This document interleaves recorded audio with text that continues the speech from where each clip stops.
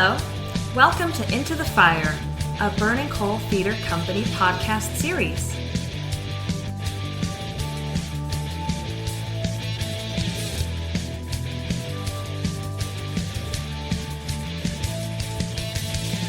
Hi, this is Jerome Davis. I'm the artistic director of Burning Coal Theater Company, and I'd like to welcome everyone to Into the Fire, the Burning Coal Theater Company podcast series on all things theatrical. And with us today is a special guest, an actor in this community who has worked with our company several times in the past, as well as many other companies around town, and now a burgeoning playwright. It is Dani Coan, the author of Ex-Boyfriends. Dani, welcome and thank you for joining us. Thank you so much, Jerry. That is such a nice introduction, and I'm so happy to be here.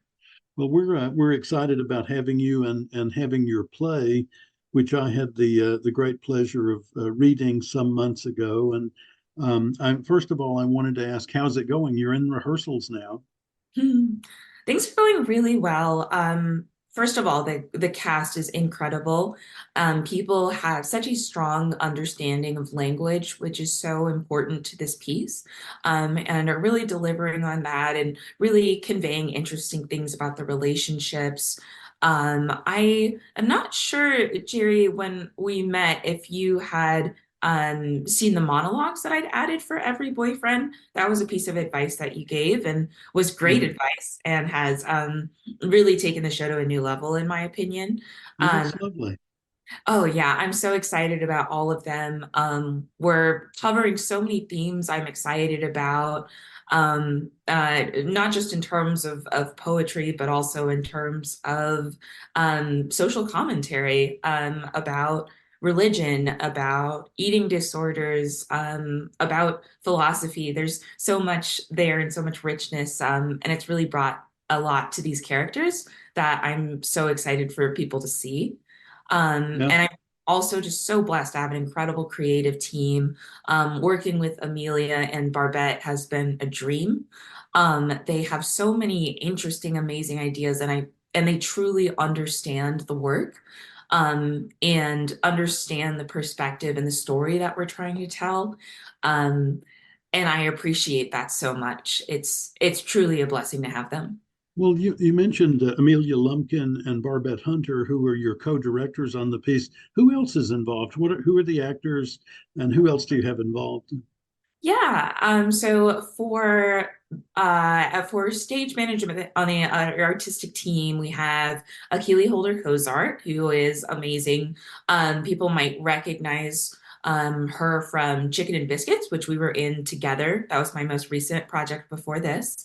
And Melanie Payne. Can I stop you and say Akili auditioned for us last week at our main auditions and gave an exceptionally good audition too. She's a fabulous actor as well. She is a fantastic actor. I love being on stage with her. I love working with her in all capacities. She is a person who is so talented in so many areas. And I love being around her. She's fantastic. And we also have Melanie Payne, who has come in and with such an incredible knowledge about crafting, which has been so great to add to the personalized charm of the set, because this play is set in my bedroom, which means that it's supposed to feel pretty intimate, and unique and whimsical. And she has done an incredible job in curating pieces. Something I'm really excited about is that we have a table that looks like a strawberry, which is just it's so fun and cool. And really, I think there's going to be so much joy added to the set because of that. That's lovely. Where do you go to get a strawberry table? You have to get it painted. You have to ask Melanie. That's where you go if you want a strawberry table. A good props master is worth their weight in gold. Yeah, agreed. Absolutely. Let's see. In terms of actors, we have some people from Burning Coal that people may recognize, including Jake Berger, who was in Arcadia.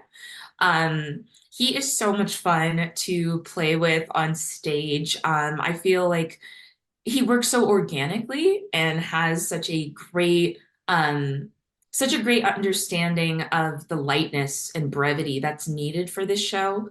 Yeah. Because the show does get heavy in Act Two, so we really Jake and Jared Pierce, who people may recognize from Ona, um, do such a good job of the comedy aspect of this show as well. And I really appreciate that. And they have hard work to do with being puppets, with the puppet element of the show. Yeah. And they're rocking it. They're absolutely killing it. And of course, Katie Milligan, who I met doing shake scenes with Burning Coal, Yeah. which I love being a part of. She also has a wonderful understanding of language and a truly empathetic, kind, and calm soul. That is Another great audition this last week, by the way. She Oh, was really? also Okay. I'm like, I can't working. I can't wait to tell them all this. They're going to be so excited. We've Well, you know, the big problem with my job is having to say no to people. I don't always have roles for the people that I want to have roles for. So you know, we're trying to find ways to get everybody, you know, as many people as possible into things. But there were so many good auditions this time, and you know, relatively so few roles. So but if but yeah, please tell them, and anybody else you know who auditioned. We might have had one clunker the entire weekend, you know, which was, and I won't say who that was, but that's extraordinary, you know, because it when I first started this job, it used to be you know, half of the auditionees were people that you could exclude in the first 5 seconds of their audition, and now it's just the sea level has risen so much, and the quality so high that it's kind of breathtaking. But I'm interrupting the process. So now who my else? my long rambling rant about how much I love Please, people. anybody besides Katie Yes, in the yeah. cast? I'm making sure to I want to give flowers to all of the cast. It's just a six-person cast. So yeah, we've covered Jake, Jared, and Katie. And the other two actors are Nat Sherwood and Jay Bullock.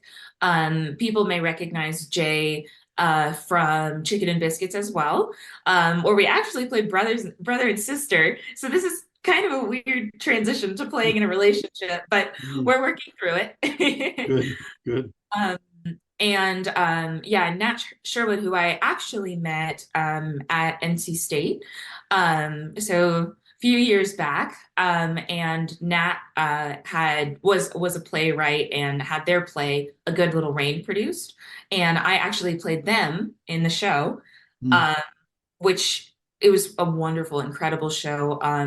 So poetic and moving, deeply moving, and brave. And that's one of the plays that inspired me to write mine. So it's wonderful to come full circle and have them in my show. They have so much talent and are just really doing a wonderful job in this role. I think that we ask a lot of our Act Two actors. Because these are the relationships that are darker and more complex. And that can be hard on actors, and I know that. I know because it's also hard on myself. So I am just really impressed and so proud of the work that people have done so far, and I can't wait to see how it continues to grow. You named 5 actors, but you said there's 6 in the cast. The sixth one is you, right? Yes, it's me. So you're not only taking on the mantle of playwright, but you're also playing the central role in the piece as well. Has that been a conflict for you at all, or has it made immersing yourself in the role more difficult or less difficult? Hmm. Um, for me, as I am an actor first, and a performer, so my thinking when writing my own piece is that, of course, I will write it for me to play the lead. Um, Something that um, inspired me to write was actually not getting an audition. I not or not getting a role that I really, really wanted. Um, it was, I guess, around a year ago. It's kind of crazy to think that this whole process has been a year.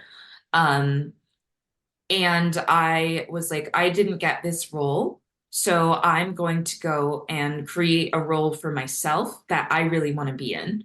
Um, so I Mhm. wouldn't say that there's been a lot of conflict between playwright and performer.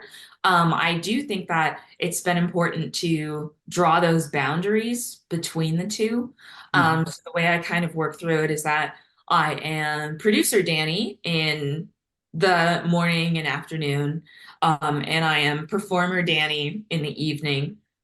So splitting it up has been helpful, and that way, if people have questions for me as a playwright, as a producer, because I do like to be open to questions, because it's a great resource to have the playwright in the room. Sure it Uh, is. Yeah. yeah, so that's been good. I would say that it's a hard story to tell, because it's my story and it feels very vulnerable to share. Um, but I'm also immensely proud of myself for doing that. Um, and I am embodying the things that I care about. My three biggest values are courage, expression, and resilience. And I think that I'm doing that with this show. So I am so excited about it and truly proud of the work that I've done and that everyone in this project has done. Well, as an outsider, I can say that your good humor is fighting for those top three slots too. So that's something that most people who know you value a great deal. You know, and it's not that easy to keep a good humor in a business where you're often waiting for someone else to decide. You know, whether you get the role or whether you get the play produced or you know, any other aspect of it. It can be a souring thing. When when you're writing about yourself and about real moments in your life, um, there is a, you know, I think there's a responsibility to truth. But I think there's also a responsibility to the entertainment side of a play. You know, just for instance, this is a small sort of trivial thing, but a conversation between two people in real life might take 3 hours on the phone. You know, at 3 o'clock in the morning, we've all had those calls, but you probably wouldn't stage that.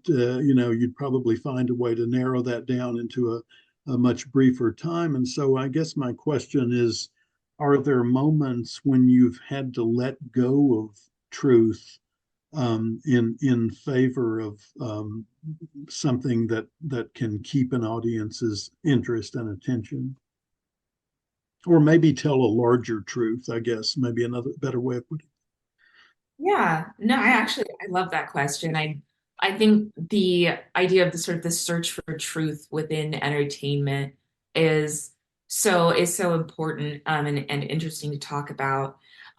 With these relationships, there is all of these four relationships are having to be condensed into one moment, or a moment, a scene and a monologue, maybe two if they're lucky. Um, and so it's hard to capture the essence of these people, the essence of all these dynamics in this moment. But for me, it's important to show sort of what is the moment that's the breaking point. What is the reason that this became an ex-boyfriend it. Mm-hmm. instead of a continuing relationship? Mm-hmm. Um, and I do think that, especially in the scenes in setting up the scenes and setting up the character, there's room for comedy. And comedy for me is also about exaggeration. So turning something that is realistic, for example, our first man, Adam, is religious. And he's genuine, and smart, and innocent. His character description is Adam, the first man, immature, overachieving, religious. Mm-hmm. Um, so there's a lot to play with there, and he does sort of evolve into somebody who when the boyfriends become puppet versions of themselves, they become like caricatures of their personality. So he worries that everyone is devil worshippers and that I might be a witch, all sorts of things. And there's really this fun scene where the boyfriends are puppets and they're trying to figure out, Amelia posted is, am I in Sesame Street or am I in hell? And that's a really fun way to work with. Yeah. I think in Act Two, in terms of the question of truth and entertainment, um, three of the boyfriends are based off of real people that I've had relationships with. Mhm. But the fourth boyfriend, Damon, who they're A, B, C, D, Damon is the fourth one. He is not a real person. Some of the scenes that he's in have been inspired by a real person, but he is the manifestation of my eating disorder, and my experience with that. And hopefully there could be a trigger warning for eating disorders before I go into it. Um, it Okay. okay. Yeah. So he's a fictional character, and so was the idea to expand the boundaries of what you could talk about because Yes. the other three were based so tightly on reality. Yeah, for me, like all of the boyfriends represent the ideas that they kind of represent a manifestation of something that I'm holding on to, whether that be anxiety or obsession, perfectionism, all sorts of things. But his is based truly in the world of Maya's brain. So all of this sort of takes place in her head, but he has like special powers. He has a certain power over her very that's very dark and tragic. I think that I love plays that have comedy and tragedy. And he really brings that element to the piece. So it was interesting in trying to write a disorder as a person because he's not real. And so I had to sort of like figure out characterization and embellish a little bit, not in terms of the things he says, but who he is. And in writing a monologue for him, it was really interesting to try and take the perspective of something that I've struggled against, but was actually a really good exercise for me. Absolutely. Yeah. Yeah, and I really enjoyed doing that. I'm so excited about his monologue specifically. I won't spoil anything, but I think that it's something that will resonate with people. And I love that sort of we have this scene and we're like, oh, this guy is horrible. Like he's not a good person. But then the great thing about the monologues is that we get a inside look into the boyfriend's perspective. Mhm. So all of this, this is Maya's world and from her point of view, but Maya has the ability to empathize and understand where these boyfriends are coming from, and that's what these monologues do. Yeah. Um, so I'm really thrilled with Damon specifically. And I think it will really pull audiences in and maybe make them shed a tear. Who knows? That's fantastic. That's really fantastic. I think that's such an important point, Danny, if you don't mind my saying so. That we have a this tidal wave of culture that hits us the moment we pop out of the womb. That tells us very two-dimensional stories about people. It's called Hollywood, the television film industry, and theater has resisted that over the years. I think because there just isn't enough money in it. When a film is made, the goal is to get as many people through the door as possible, and that means ironing out the wrinkles. And so we have Clint Eastwood's characters walking around and correcting all the evils in the world, and we never get to hear the story of the person on the other end of the magnum,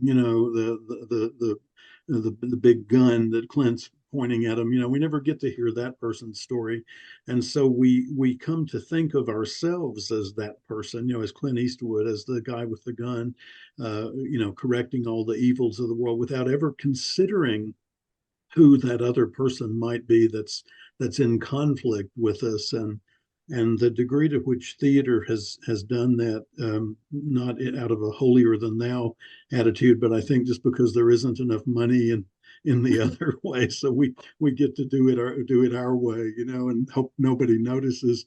But but if enough of us do that, then we may end up cracking that shell a little bit, and so I think it's really beautiful that you've taken that tact with this play. Um, I wanted to ask you a little bit about yourself. We normally start out by talking about the person's background and where they come from and what their inspirations are and stuff. Can you talk just a little bit about your early life and where you're from originally, what your family background was, and what led you into this unusual life in the theater? Absolutely. So I am a North Carolinian born and raised. I grew up in Winston-Salem, and my mom was a law professor at Wake Forest, and my dad was or is an engineer, project manager. I say that to say that my parents are not artistic at all. So they were very surprised when both of their children came out as artists. My brother he plays French horn, and that's what he majored in, and has a deep love of music. And I've always loved performing. My first start with performing was with music, was with piano. And I remember that my parents would comment that when I went on stage, I always looked very calm and very collected, um, which as a little kid is pretty rare. Unusual, yeah. Yeah, but I would always be like so nervous, but it would never show because I would just love to be on stage, and that is where I felt like I could express myself and I could feel listened to, and yeah, so I've always loved performing. I think things really started to show themselves of who I was going to become in high school. My background starts with poetry. I did the poetry recitation competition, Poetry Out Loud, all 4 years of high school, which is a national competition. You memorize a few different poems from all the way from like the 1500s to now. And you are scored on your ability. It's really like they're monologues. At the end of the day, that's what they are, and your ability to perform and accuracy and understanding and interpretation of the text. Mm-hmm. And I loved it. I'm a person who loves to practice, so I would literally practice every single day with my English teacher who has shaped me into the person I am. Who And is that? Who was your English teacher? his name is Mr. Green, James Green. And he's still teaching. He's incredible. If you like dig deep into the internet, you'll find a newspaper article where there's a picture of the two of us in the Winston-Salem newspaper. Because in high school I won 4 district titles. I won first place 3 out of the 4 years in the district. And in my senior year, I was the state champion. And I was able to go to nationals, which was so exciting. So that's another thing. Like if you look me up on the internet, you'll find me reciting a poem, "A Locked House," and that was my winning poem. And for me, the reason that I love these competitions is because I could use the poems to reflect what was going on in my everyday life. So when in a poetic way, in a theatrical way. So for example, when my parents were separating in high school, I chose a poem called I'm a Fool to Love You. And talked about, and this poem is by Cornelius Eady, and talks about the like troubles that a young Black woman faces and the choices that she has to make to protect herself in relationships. Mm. Um, and yeah, I love it. It's one of my favorite poems. And my poem senior year, A Locked House, was about a person's anxiety that their relationship would fall apart. And this anxiety actually is what pushed this relationship, their fear came true. Um, and the yeah, and sort of there's this line, it's like we warned ourselves that you might despise me. Um, and that always it stuck with me so much as a person who does deal with anxiety. And yeah, I love that poem. And doing these competitions and practicing, so I got really used to memorization. These are all skills that would really help me in acting. Oh yeah. Yeah. Um, Memorization, accuracy with text, understanding, interpretation. The only thing that didn't translate is that in poetry recitation, you're supposed to stand completely still. And in acting, they want you to move around. And so I still, as an actor, sometimes I'm like, I have to move. Like, Yeah. I'm like, the words speak, you know? And Well, I don't know. I mean, I'm not sure you have to. I saw a production by Ingmar Bergman's company, the Swedish company, at the Brooklyn Academy of Music years ago. It's 2 hours long. It was six people standing in a semicircle for the entire 2 hours, and wow. they and no movement at all, except that maybe the head would turn or something like that, and it was absolutely mesmerizing. And Mhm. it never once did you notice that they weren't moving. So I think there are no rules in theater, no rules. Right. That's why I love theater is that I love breaking rules. Yeah, yeah. Yeah, I love that. And um with doing that recitation, I was inspired to write my own pieces. Ah, okay. And that's when I started writing, and was actually the poet laureate for the district because of my poem, The Wrong Type of Anorexic, which was about my experience as a Black woman with anorexia and not seeing myself represented in media, and in the medical field. Unfortunately, there is not a lot of screening for eating disorders in Black communities Hmm. simply because of the diagnostic criteria of being underweight. And because African Americans have larger muscle mass and bone density most of the time, they are not underweight. And actually, most people with eating disorders are not underweight. That's a myth. Yeah. But I was denied treatment, and I wasn't able to get the things I needed because of that. So I turned to writing. I turned to expressing myself with my pen. Well, I guess with my computer at the time. Um, but sharing my story in that way, sharing that, and making these points about society and this critique based on the things that I had gone through, was so powerful. And I felt like in that moment when I wrote that, I kind of feel like a superhero. I feel like I had found my superpower. And yeah, and it was great. Because of the poem, I was able to be on the news.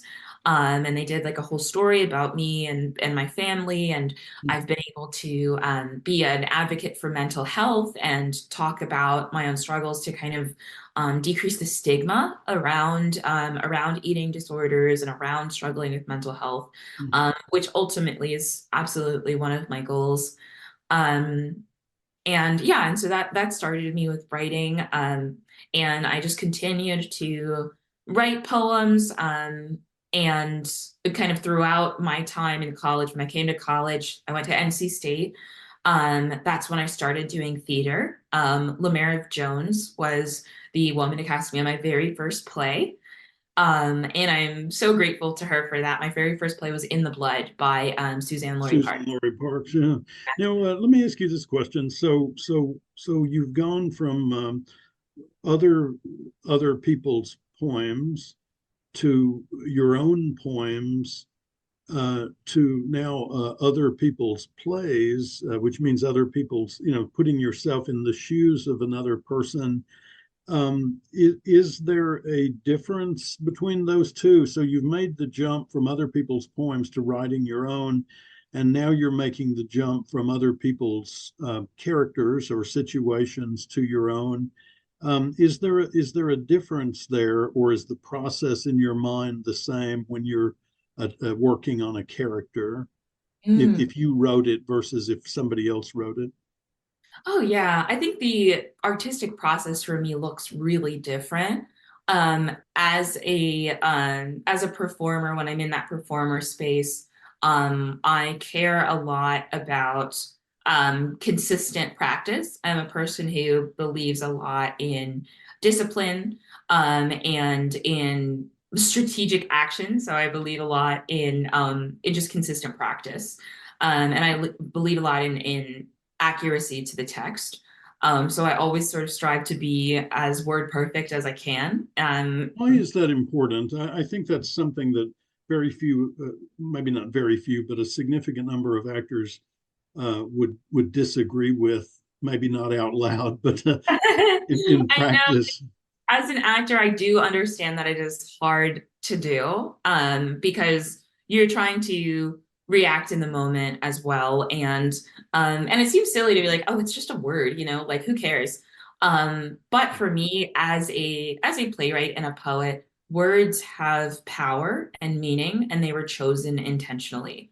And I want to respect the writer, and respect the work and the intention that they have put into the piece, the best of my ability. I'm not perfect. No one is. So like I'm not going to be, I'm not usually going to be completely word perfect in a play, but it's still something that I do strive for, Yeah, um, as just as a respect as a fellow writer. I think that's spot on. I've often thought as an actor, 2 weeks into a 3 week run, wow, I didn't realize that was there. And I so my thought is, how can you know what's there if you're not working exactly as the playwright thought? There may be something there that you don't immediately get by looking at those words printed on a piece of paper, but if you stay with it, you may come to find out that there was an intention behind it.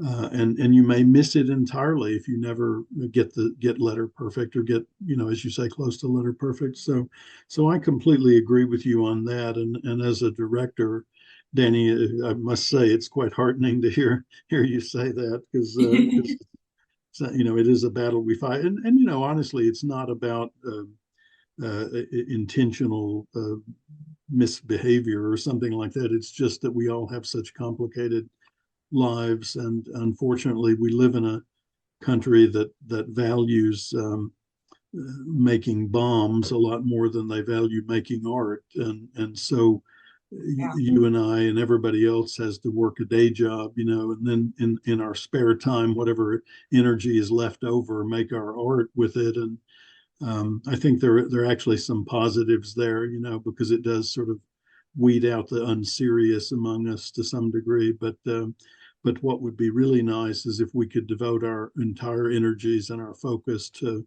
making art, and let those bomb makers fend for themselves. Is what I have to say. We don't need them. There's no need. We need Yeah, more arts. That's really, yeah, I think that it is so helpful, and something that I'm focusing on. I'm glad you bring up the point of that most of us have day jobs, and this is sort of what we do at night and in the evening. yeah. Um, because my other career that I'm pursuing is a degree in social work. Oh, Um, lovely. which is great. Yeah, I started school this week. It was my first week of school, and this play is just as much about relationships as it is about therapy. And I cannot say enough good things about my experience with therapy and how that has shaped me into a person who is reflective and introspective and self-aware, which are all very important things when writing and super helpful tools to have. And yeah, so being able to pursue that, and I'm super interested in drama therapy and expressive arts therapy. So I'll be starting this fall my own groups. And I'm so specifically hoping to focus on performers in the area, and creating safe spaces for performers, for actors, for writers to be able to come and express themselves in these alternative ways. Because I know that performing can be so therapeutic, and so cathartic, and create such a wonderful release, and sometimes an escape from our everyday lives that can make things feel better and put things in a new perspective.